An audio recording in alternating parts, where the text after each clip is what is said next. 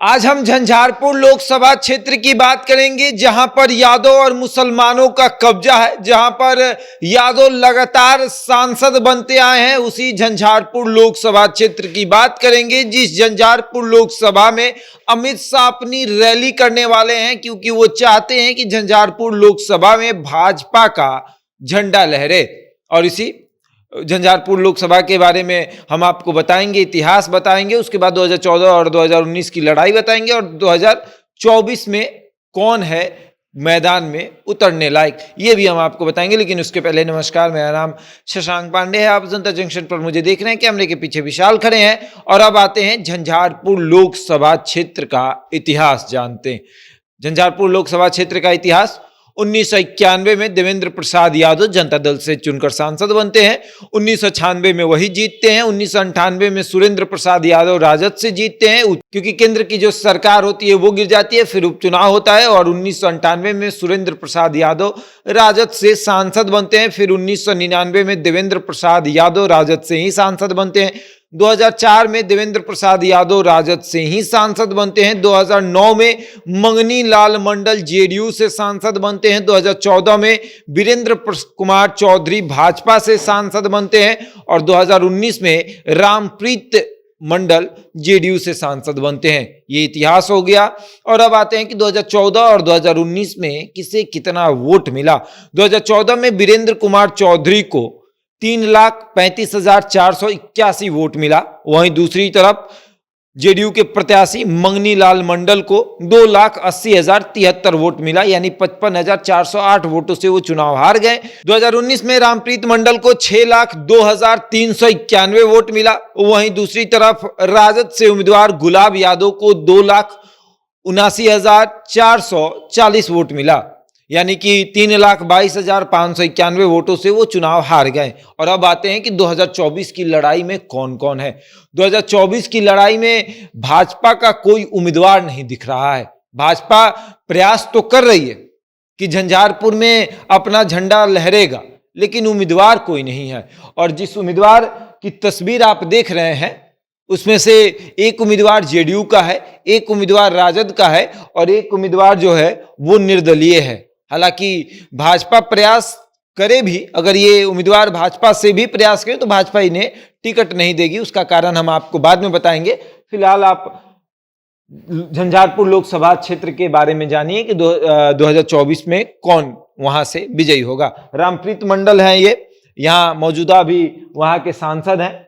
दावेदारी बहुत मजबूत है, यादवों में इनकी अच्छी खासी पकड़ है, और इनका कहना है कि 2024 में भी टिकट मिलेगा तो जेडीयू का ही झंडा लहरेगा।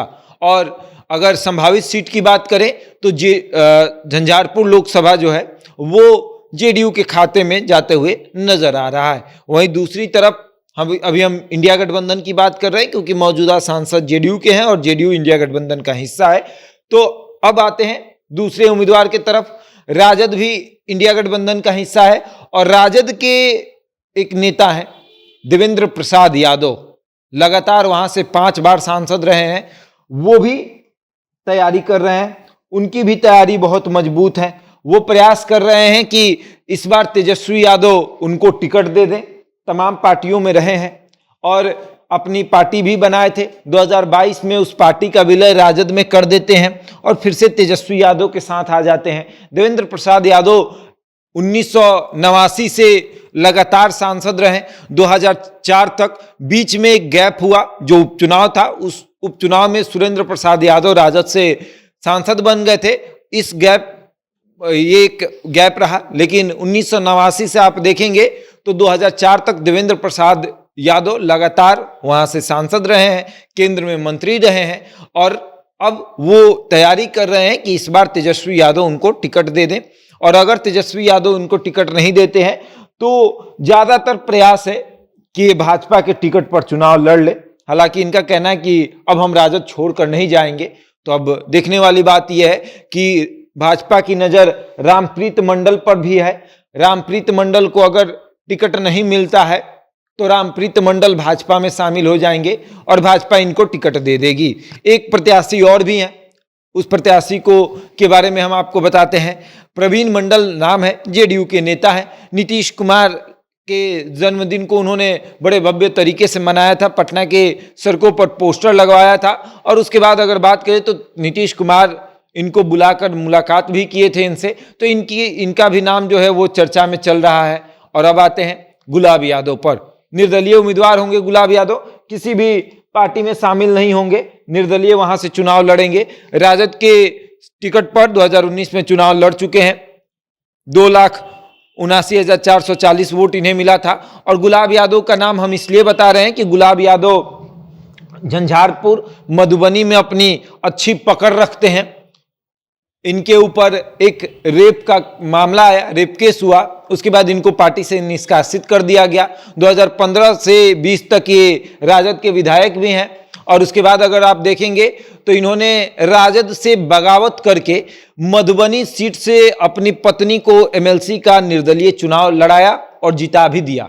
अंबिका गुलाब यादव, आपने सुना होगा कि गुलाब यादव ने अपने पार्टी से बगावत कर दिया, यानी राजद से बगावत करके अपनी पत्नी को उतारा मैदान में और पत्नी को जिता दिया, बेटी को जिला अध्यक्ष बना दिया।